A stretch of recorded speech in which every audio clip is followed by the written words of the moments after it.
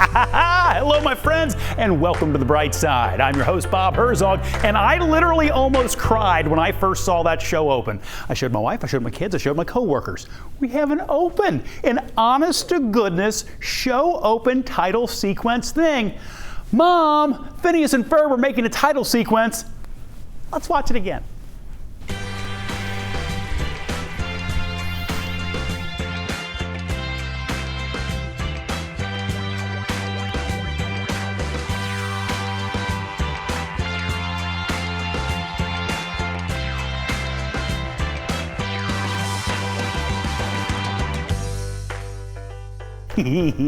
Oh my gosh, big thanks to the creative team upstairs here at my home base, Local 12 in Cincinnati, for making that magic happen, especially Maddie, who I know has been coming up with a lot of our different bells and whistles. Seriously, few things can make me this happy, but our first story just happens to be one of them. Michael Bolton singing about mac and cheese. I got just the thing. When some Mac loves broccoli cheddar, can't keep your mouth on nothing else. Two classic clubs swirled into one. Panera Bread is combining two of its popular dishes to create a new menu item, uniting its famous broccoli cheddar soup and mac and cheese into one dish of untold lactose intensity. And who better to sing a song of cheesy love than Michael Bolton? Panera calls it so irresistible, it's what love songs are made of. I wonder if you can get that sloshed into a bread bowl and just straight up convert to an all-carb diet. That would be amazing. So here's a true story for you. After hearing about this, I immediately went up after our newscast to my office and started playing a Michael Bolton playlist on the YouTubes, you know, like you do. He's got so many hits that I enjoy, and that includes Soul Provider, which until yesterday I always heard as S-O-L-E, Soul Provider, as in like only provider, like I want to be the only provider for you. Or I guess technically if he was a cobbler, it could have been S-O-L-E, sole provider, like I want to make shoes exclusively for you. But neither of those is right. It's S-O-U-L, sole provider, which is like much deeper when you think about it. Anywho, I think it was like 1987 when Michael Bolton had his first big hit, That's What Love Is All About. Had that happened 1 year earlier, it would serve as the perfect segue to our next story. All things considered, though, still a pretty good transition. American Girl dolls are known for representing key periods in our history. The company's latest doll goes way back to the 80s. And I'm talking 1980s, not the 1880s. The newest character is Courtney Moore. She's got a very 1986 thing happening with the curly side ponytail, neon fashion, and an acid-washed denim skirt. I always was more of a stone-washed person, but whatever. These are photos of the doll provided by American Girl, by the way. Courtney also donned some of the decade's key accessories, including a Walkman and some chunky bracelets there. Miss Moore is available for purchase online right now and in stores on September 25th. Now, Courtney is like totally gnarly, but American Girl, if you're looking for someone to base a future doll after, I think I've got a great option for you. Ashley Blaine. There's an around-the-clock effort to fight fires out west from land and air, and pilots like 19-year-old Ashley Blaine are the ones fighting from the skies above those fires, dropping water and retardant on the flames. Blaine has been flying since she was just 13. She was taught by her father, who was also a firefighting helicopter pilot. Ashley says it can be tough working in a field dominated by men, but she doesn't let that get in the way of her passion. You have briefings every morning at the fires where they talk about what you're going to be doing for the day. And I always think it's funny because you look around and there's like maybe 2 other girls there. Blaine is no longer fighting wildfires right now. She had to leave the front lines so she could go to her first semester of college. She's studying accounting, which she describes as kind of boring compared to flying, but still useful. Ashley is awesome. She takes helping others to new heights. And up next, we've got a bright side cool kid who is doing the same, just maybe not quite as high. A 10-year-old boy in Maine turned his love for animals into a successful fundraiser, and he's really jumping into his cause. Jackson Welch has raised more than $3,600 for charity using his trampoline. He spent 24 hours jumping, eating, sleeping on it to raise money for the Animal Refuge League of Maine. When he and his family lost their cat, they donated the leftover food and toys to the organization. And then they adopted a new kitten. I might try and do more 24-hour challenges, but not outside anymore because the heat is awful and the coldness is awful. Yeah, you want to find that in-between sweet spot there between the awfuls. Jackson's GoFundMe page isn't his first attempt to combine his love for animals and the internet. He says he posts videos of his kitten on YouTube regularly. Jackson is getting it done for his animal friends, so let's follow suit and check in on this week's Bright Side Beasties. The Oregon Zoo put out some video of something I've never seen before. Otters frolicking on ice cubes. What? I did not know this was a thing, but I'm sure glad I do now. It's just frigid and wonderful. Not to be outdone in the cuteness department, the Greenville Zoo says, I'll see your otters and I'll raise you a salad-eating tortoise. Bubba might win a cuteness contest against those otters, but just by a hair. Tortoise, bazinga. Cuteness? Cuteness? Hold my beer, says Dexter.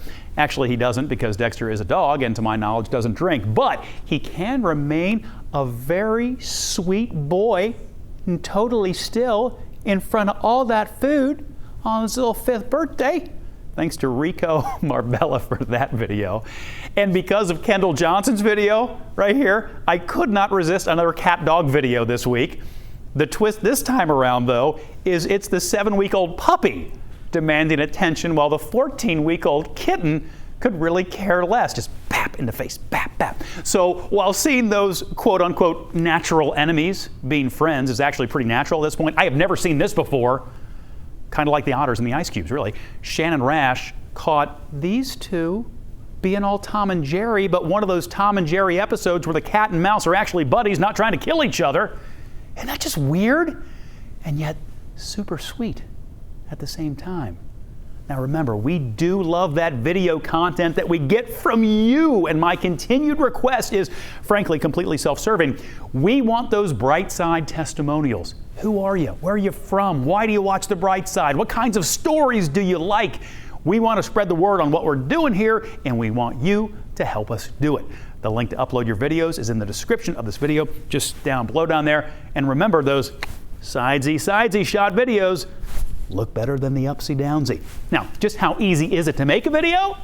Well, apparently even a monkey can do it. This one had the interwebs going wild this week. A Malaysian man says he discovered some unusual things after he found his missing phone. It appears this monkey just wanted to ham it up for the camera. At one point, it even tries to eat the camera. Seriously, you get right up in the mouth. It's kind of freaky, actually. The man told Reuters he found his phone in his garden after his dad told him a monkey was roaming around the house. So it appears the monkey took the phone, but some on social media are skeptical about the photos. One Twitter user is wondering just how the ape managed to open the phone that requires facial recognition. Maybe the monkey had the emergency code. You ever think of that? I mean, it is 2020. Monkeys having emergency codes wouldn't be the craziest thing at this point. We're lucky they don't have the nuclear codes. But anyway, given that it is 2020, when I first saw this next video, I assumed it was some sort of biblical plague.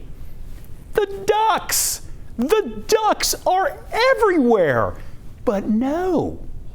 As it turns out, this is a good thing. Yeah. In Thailand, rice farmers are using this flock of 10,000 ducks to remove pests from fields. The ducks eat golden apple snails and the remains of unwanted rice husks. It's apparently a very common way of raising ducks in Thailand. It reduces the cost of feeding the birds and the use of chemicals and pesticides. Isn't that nuts looking? I mean, really? That freaks me out a little bit. But we are on a roll of things I didn't know until recently, so why not another? There's a thing called a beefalo. Yeah, it's true. And according to the American Beefalo Association, also a thing, a beefalo must be 3/8 buffalo and 5/8 domestic bovine. How about that? Anyway, a beefalo on the loose is making a name for itself in a Connecticut community. Police, however, say they do know where the beefalo is. As Rachel Piscatelli reports, the beefalo has gotten so popular, he's even earned himself a nickname. Buddy the Beefalo, talk of the town. I think it's hilarious that the poor beefalo is out there and he hasn't been caught yet. On the loose, Buddy the Beefalo. The cross between a cow and a bison escaped back in August. Plymouth police have been trying to capture him ever since. Now comes the latest updates. Buddy is doing very well. Currently, I have him bed down in a location not far from where he was originally. He's being fed a great diet of grain and cracked corn. He's got a great trailer waiting for him. Buddy can be seen from these cameras roaming around a large area. The police department started a GoFundMe page for Buddy's relocation. Signs can be seen around town, T-shirts are being sold, and Buddy's Twitter account also up and running, even tweeting at Fox 61. Who would have thought? I think it was a great idea. And if he only knew what everybody's doing for him. Officials say it's going to take some time for Buddy to enter the trailer, so residents do need to be careful. He's not contained. He's still moving around a great big area, but he still is a public safety concern. I mean, God forbid if anybody were to hit him or encounter him one-on-one in the woods, and if he feels threatened, he's going to become aggressive. But once captured, the relocation process will begin. Buddy will be moved to an animal sanctuary in Florida to live out the rest of his days. Again, that was Rachel Piscatelli reporting, but wait. I have a make good. I am back on the website for the American Beefalo Association as I misspoke. I said 3/8 buffalo, 5/8 domestic bovine. No, 3/8 bison, 5/8 domestic bovine. I just want us all to have the correct information about the beefalo. Little make good, beefalo. Plus it allowed me to say beefalo several more times. It's fun to say. Okay, we have time for one more to inspire. They say hope floats, right? Well, Josh Lamberty found it floating down the Mississippi River. The mighty Mississippi at Bettendorf's Isle of Capri was calm this morning. Running the right way is the most important part of its job. That's until the SS Hail Mary stirs up a wake. So there's not much elegant about it. Eric Mischie captains the vessel. This is a Home Depot garden shed that has been modified to sit atop a 50-year-old rotting pontoon deck. We'll get this last one. Taking it down the Mississippi all the way from St. Paul, Minnesota to Baton Rouge, Louisiana. Let me straighten up here real quick. Well, this thing drives a little bit like a cigar box. As Eric floats down the river, he's calling attention to Spare Key. Spare Key is a nonprofit that provides financial assistance to families that are dealing with significant medical crises. That organization has helped families in need for more than 20 years in nearly every state. By the time I get to Louisiana, Louisiana will be the last state in the country where we're not registered to help families. COVID-19 impacted Spare Key too, which has left us a deficit by the end of this fiscal year of anywhere from $500,000 to $750,000. So in desperate times, that's why we call the raft the SS Hail Mary.